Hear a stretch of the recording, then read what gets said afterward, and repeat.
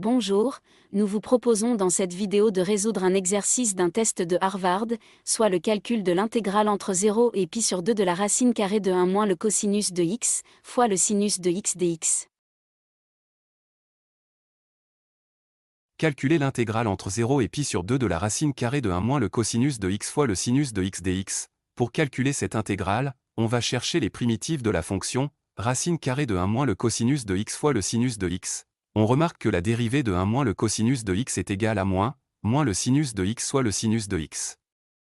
Si on pose u égale à 1 moins le cosinus de x, sa dérivée u' est égale au sinus de x. Donc notre fonction racine carrée de 1 moins le cosinus de x fois le sinus de x sera égale à la racine carrée de u fois u', soit u puissance 1 sur 2, fois u'.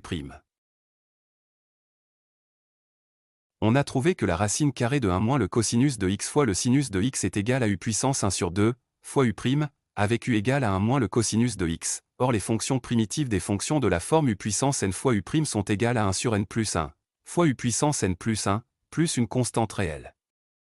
Donc les primitives des fonctions de la forme u puissance 1 sur 2 fois u' sont égales à 1 sur 2 plus 1, fois u puissance 1 sur 2 plus 1, plus une constante réelle. Après calcul, on trouve 2 sur 3 fois la racine carrée de u puissance 3, plus une constante réelle. Donc, les primitives de la racine carrée de 1 moins le cosinus de x, fois le sinus de x sont égales à 2 sur 3 fois la racine carrée de 1 moins le cosinus de x puissance 3 plus une constante réelle. Après avoir posé u égale à 1 moins le cosinus de x, on a trouvé les fonctions primitives de la racine carrée de 1 moins le cosinus de x fois le sinus de x sont égales à 2 sur 3 fois la racine carrée de 1 moins le cosinus de x puissance 3, plus une constante réelle.